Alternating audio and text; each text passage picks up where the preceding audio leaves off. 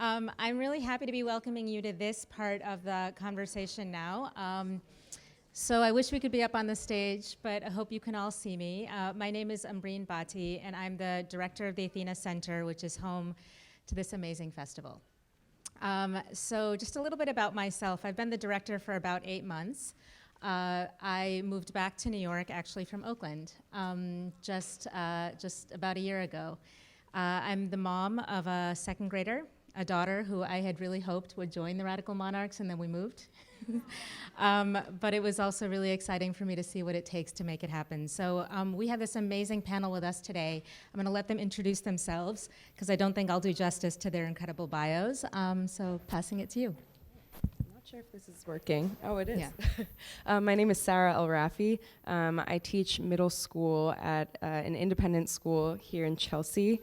And I mostly teach, so I teach a social studies class, and then I teach biannual seminars on understanding systemic racism through hip hop, so using hip hop and rap as a text.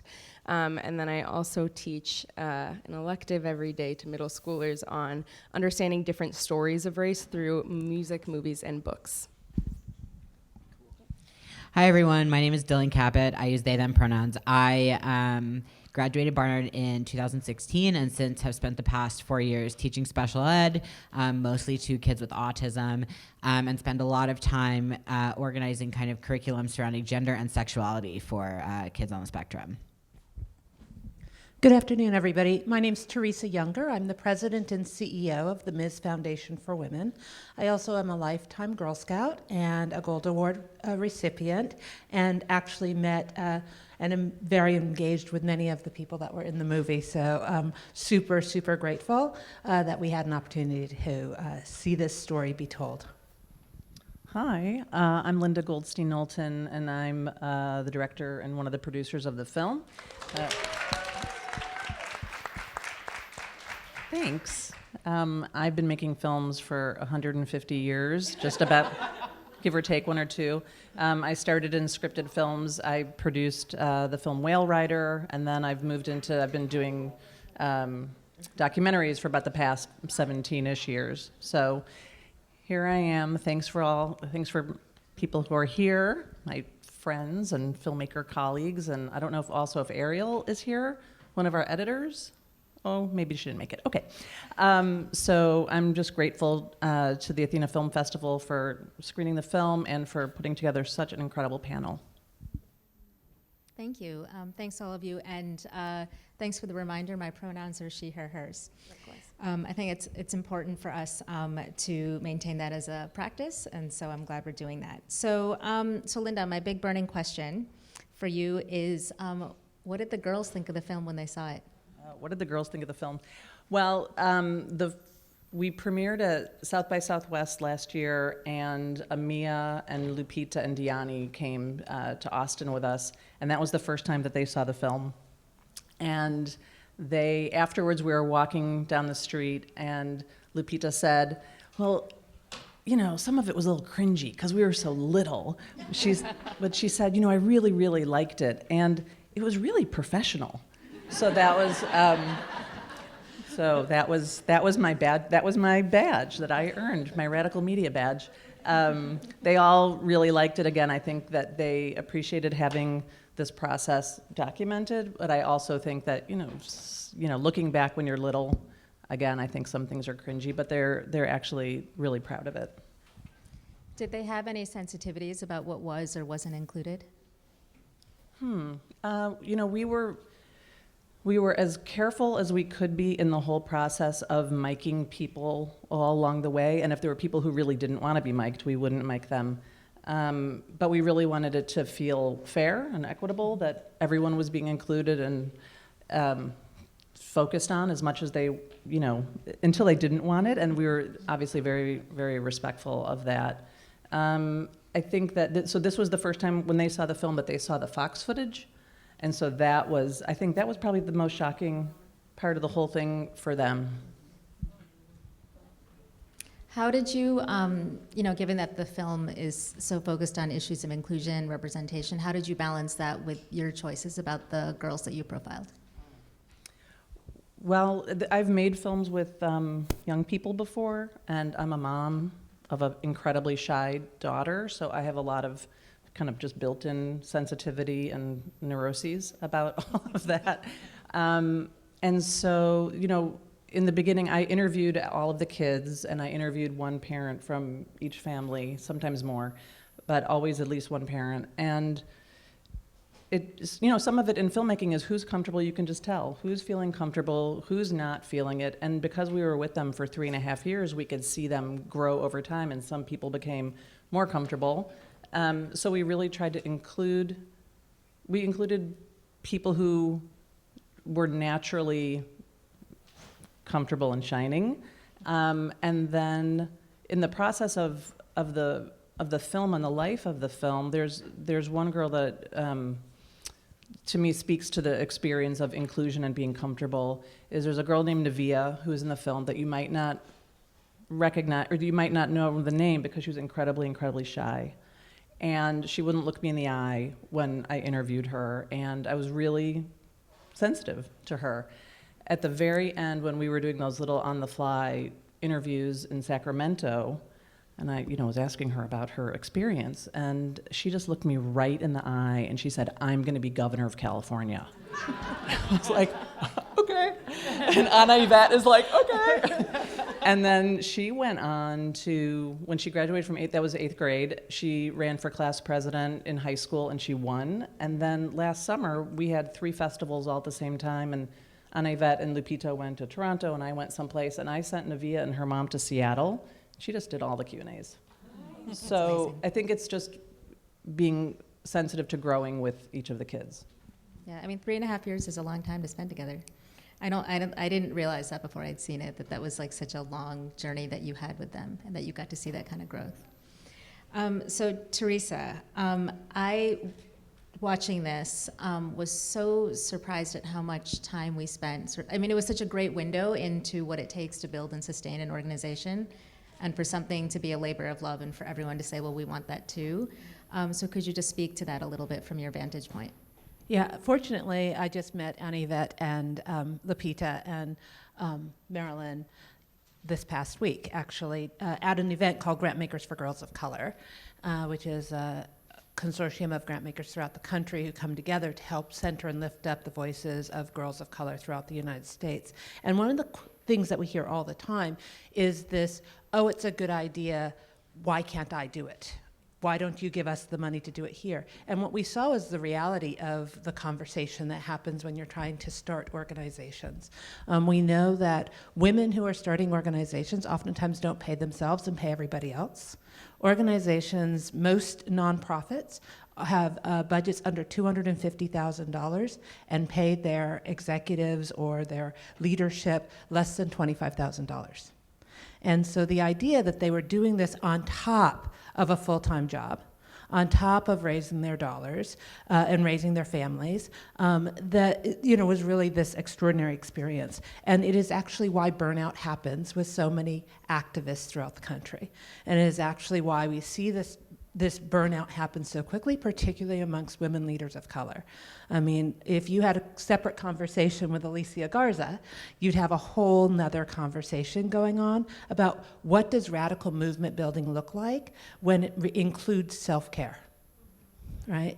And how do you model that to the next generation of those that are going to be most responsible for changing the world that we're trying to create? And so what I found was this real recognition that they were honest about the need to have money. It wasn't so that they could go for a shopping spree, right? It was so they could actually turn on the internet in their house and make the connections they needed to make in order to get the work done. So, I mean, we see this all the time. It is amazing that they were able to run the organization for actually 2 years with a budget of, I think, under $50,000 for 2 years. And they were being asked time and time again to open and to, scale up, which oftentimes funders are asking people to do. Scale up. How scalable is this, without taking into consideration the impact it has on the lives of those who are trying to do the work and trying to document it as they're doing it. So it's really interesting. It's really exciting. For us at the Ms. Foundation for Women, we're fortunate because we raise dollars and then we are able to be first funders to organizations and women of color-led organizations that are trying to service their communities and trying to build those connections out. And so it's, we're very proud of the work they've been able to do, but also for them to relate and release the responsibility to other members of community to start building out radical monarchs throughout the country. And so what is the conversation, if any, amongst funders in recognition of this issue? So it's very interesting. I think there is a push, at least amongst funders that have a racial and gender lens, which is the work that I'm working on, to really make sure that we stop funding the bright, shiny, glossy things, and that we start funding general operating support, which allows organizations to turn their lights on and to pay themselves, and to have real conversations, because what we heard was also very real. We have women throughout this country, people throughout this country who are doing amazing work and don't have health insurance, right? Don't have gas money. Don't have food on their tables. In fact, I just heard yesterday at this conference I was at of a activist who said, I do this work, I don't pay myself, I actually live on food stamps with my children in order to do this work. So funders actually have to be rethinking how we are going to make movement change happen in this country, what that looks like, and what it looks like across the board is the thing that we're calling on, and many funders are calling on, is for us to trust women to do the work to help and heal their communities. And that comes straight out from trusting women. And we have to give them the dollars. We have to create streamlined reporting structures and create streamlined systems for them to ask for the money. And if we don't do it, then we're not being authentic about the change we want to make in this country. Thank you for that. So Dylan and Sarah, you are educators, and you are on the front lines of these conversations with students every day. And so what do you say, and I'm sure you've gotten this question, what do you say to people who argue that these are just not appropriate topics for children, they're too young? I mean, I think we saw sort of how hard it is to actually have that conversation. So when do you hear that? And two, when you hear it, what do you say if you hear it? Go ahead. The thing is that kids are, like they said it best in the film, kids are humans with emotions who are seeing and living in the same society that we are. The difference is that they just don't have the language to speak to it and speak about it. And so what I view my work as is giving them the language and the words to define what they are seeing already and what they are feeling. And specifically for students of color, to validate the experiences that they have and give them, the facts and statistics that say what you are feeling is real. And there are a lot of people who are feeling it, and this is not, this is no secret. This is valid. Yeah, and I think to add to that, I mean, research backs up the fact that kids have understandings of these things before they go into kindergarten, right? Like, we know that before a kid is 5 and going into kindergarten, research backs it up, that they have an understanding of gender identity, gender roles, and gender stereotypes. So if they're too young to be talking about it, how is it possible that they already know and understand? And so I think that really speaks to the fact that if you can do it in a developmentally appropriate way, there is not really a too young. And I think really, in addition to getting the funding to do these things, the real education does not come from children or to children, but like of admin and of parents, about the fact that we need to be talking about this to kids, right? I think our hands are way more tied by people above the teachers who want to be doing this work, who are saying, no, it's not appropriate. So really educating kind of the general public, admin, parents, that this needs to be happening, right? They said in the film that parents are asking for this all over the country, but teachers aren't able to do it because admin is saying no. And so the really being able to push as an educator for, okay, the kids need this, we know the kids need this, but how can we get it done? Kids are also always asking questions about this stuff, and it is often the adults in the community that are kind of squashing that curiosity and saying, oh, this is not an appropriate topic for us to be talking about. If kids are asking the questions, and if kids are having those thoughts in their head, it is on us to allow them to explore that. So I want to make sure that we have time for questions from all of you. So if you have a question, because we have fewer mics than we need, if you can shout out your question, I'll just repeat it so that it gets on the recording, and we'll keep the conversation going. Yeah. My question is, there are so many aspects of what you are doing that relate to something called civics, taking responsibility for your community and becoming an activist. I'm wondering whether some of the different kinds of badges that the young girls were doing, some of those ideas could fit in so well into the civics curriculum. And I'm wondering whether that's something that can be shared with the social studies community in our public education. Okay, so let me see if I've got this right, and I do just want to repeat it, even though, thank you for projecting. So it's that a lot of what we saw covered would qualify as civics, and so can we see any of that fitting into the social studies curriculum? Is that conversation happening? So I think some of the issue with why that's not happening is yes, but that yes, it could fit into a civics curriculum. Yes, civics is usually for much older students. So I think some of the issue is that no elementary schoolers or middle schoolers are necessarily getting that information, or it does not fit with like state standards that have to be met about world history or US history or government. And we're not actually, like, my hands are tied. I'm not allowed to teach things that are not in a curriculum, and then I end up writing the curriculum myself because I believe that, you know, it does need to be done. I think some schools are starting to get around to teaching those skills, but we're still like really in the beginning. And so a lot of teachers are writing curriculum themselves or just not able to teach certain things because the standards say no, the school says no, the state says no, the country says no.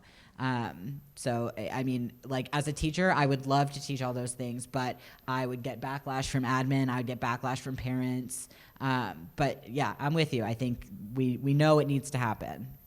Yeah, and I really hear you on that, because I think that there's a little bit of a danger when we start siloing the topic of diversity, equity, and inclusion and all the topics that fall under that umbrella. Because again, as they echoed in the movie, if you make that a separate thing, then the reality is it's not a separate topic. It evades every single institution in society.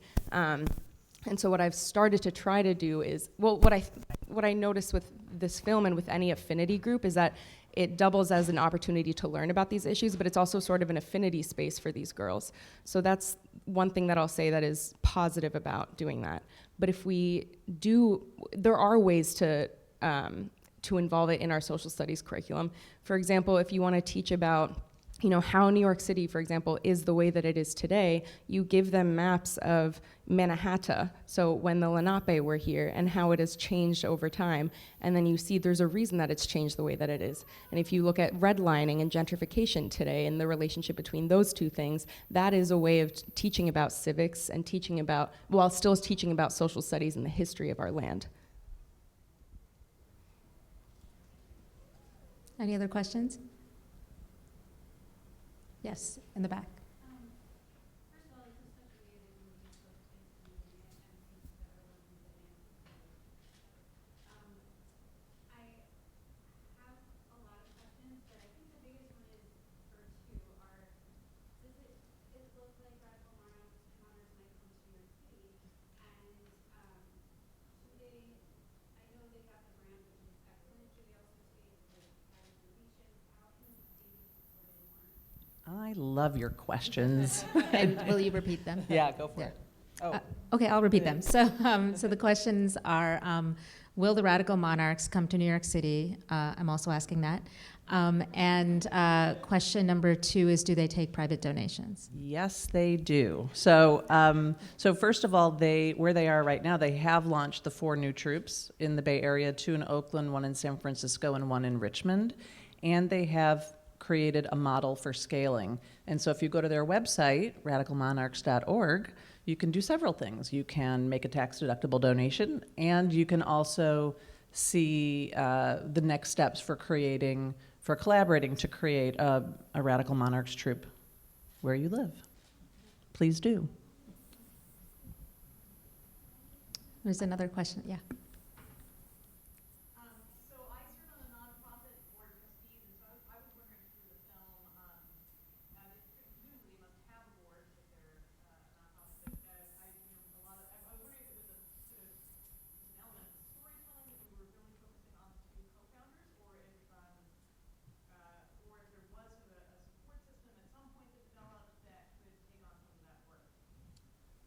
What you see is what there is. So it really is Anna Yvette in Maryland.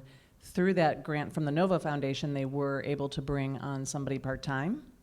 And they are still, if you have connections, you're on a board of a nonprofit, reach out to them. If you can't make a contribution, please reach out to them and help them make connections to funders. It really is a very small operation, and I focused on them because they were the women doing the work. One of the realities that we should just take note of is about 10 years ago, we tried to gather funders who were funding girls' programs in this country. We had less than 20 people show up in the room. So now, years later, we have grant makers for girls of color. We had 140 people show up in the room the other day. So there is a movement towards supporting women and girls, particularly women, especially girls of color in this country.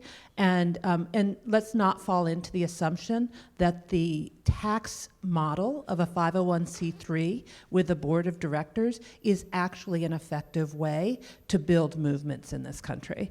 And so I just push back a little bit on that. I do think that it is a really well-run program.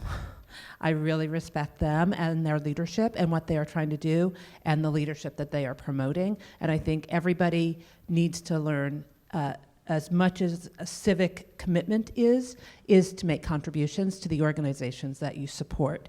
And monthly contributions, $5 contributions, or $100,000 contributions actually help get the work done. Because the other half of what we don't see in this movie are things like, how much did it cost to turn the lights on even though the facility was given to them so they could have meetings? What does it cost to have food at meetings? Because girls are still coming from their other programs.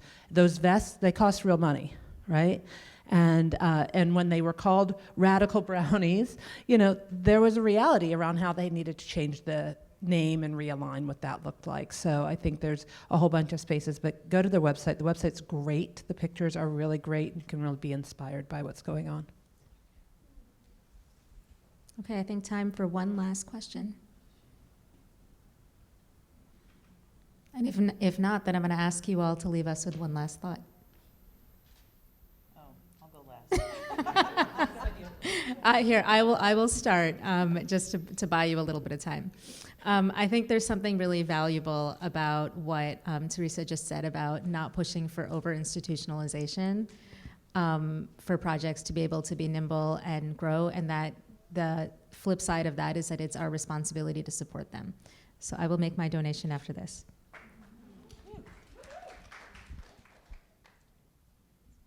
Okay, I'll go.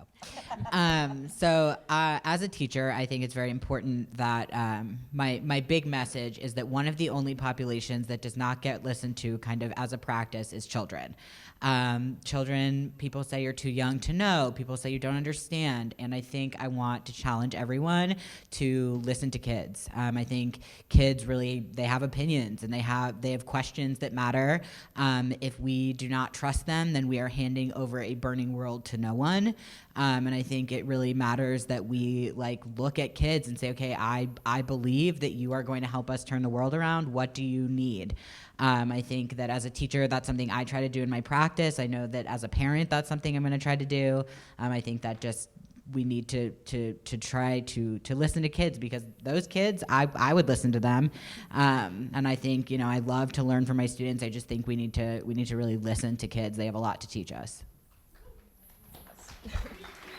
Piggybacking off of Dylan, I also think it's important to really look at the stuff that kids are consuming. And so I personally happen to be a huge hip hop enthusiast, but even if you are not, and you are an educator or you are a parent and you know that that's the kind of stuff that your kids are listening to, or if your kids are watching certain movies, there's value in that. It's not, don't dismiss it.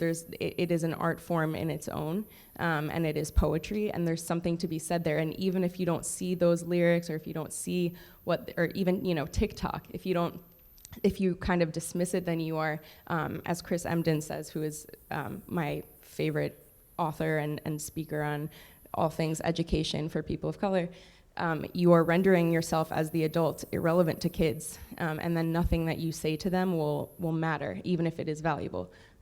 So yeah, just really want to echo what you're saying. Yeah. So many things going on in my head. The last thing I would leave you with is we have an opportunity to make the world a better place. And that's why the Monarchs was started. That's why Girl Scouts were started. That's why many youth-serving organizations are started. Make sure they're inclusive and reflective of the values that you want. And when we change what the center of the story looks like, we change what the end result looks like. And we're at a critical point in this country to change what the end result looks like if we change what the center looks like. And how you close your eyes and who you visualize when you think of what the world needs to look like is very different than what has been given to us before. So we have to have experiments like Radical Monarchs, and we have to have experiences that allow us to dream bigger. I heard from a young Indigenous woman yesterday who, when we asked her what her vision was, she said, "I'd like to sleep at night and not cry that I don't have water." So let's create worlds where children get to dream, their wildest dream, they get to sleep through the night, and that we support them in what they're trying to do so that we can all make the world a better place. Okay, so my last thought, I have two last thoughts. One thing that I just, my thought is about allyship, actually.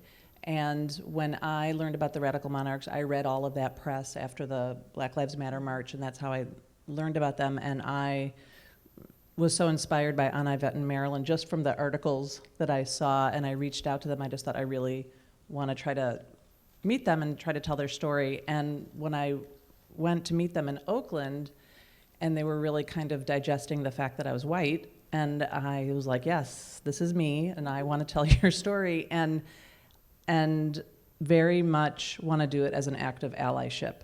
I have been a filmmaker for a really long time, and because of that experience and because of the color of my skin, I have a certain privilege of access, and I can use that access for amplification and for centering, just like the Radical Monarchs center Girls of Color's experience. I wanted to be able to center the whole of what they were doing, their experience.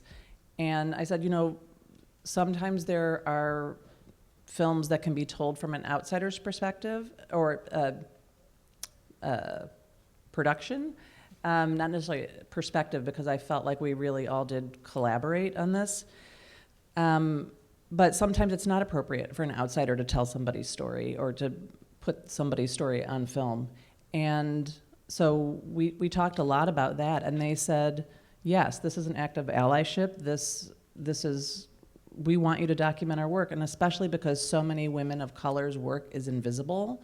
They said, yes, you can do the job of documenting our work. And we all felt comfortable with that, and they also saw the film before we finished it and had excellent notes and told me to make it shorter and, things like that. So I think that we all have a role to play, just like so many of the people in the film said, and wherever we're standing, we have a role to play, and there's something that we can always do. My other last thought is that aside from going and supporting the Radical Monarchs, go to our website. wearetheradicalmonarchs.com. wearetheradicalmonarchsfilm.com. Anyway, if you Google it, it'll come up. And sign up for our newsletter, because we're going to have some really exciting distribution news in a couple of months. And so that way you can tell your friends, and if you like the film, they'll be able to see it, and all of that. We actually do have a couple more film festivals coming up. So go to our website, sign up, be part of the movement to support the Radical Monarchs. Thank you. So thank you so much for coming. Thank you to Dylan, to Sarah, to Teresa for reflecting on the film with us, to Linda for bringing it to us. Thank you, everyone.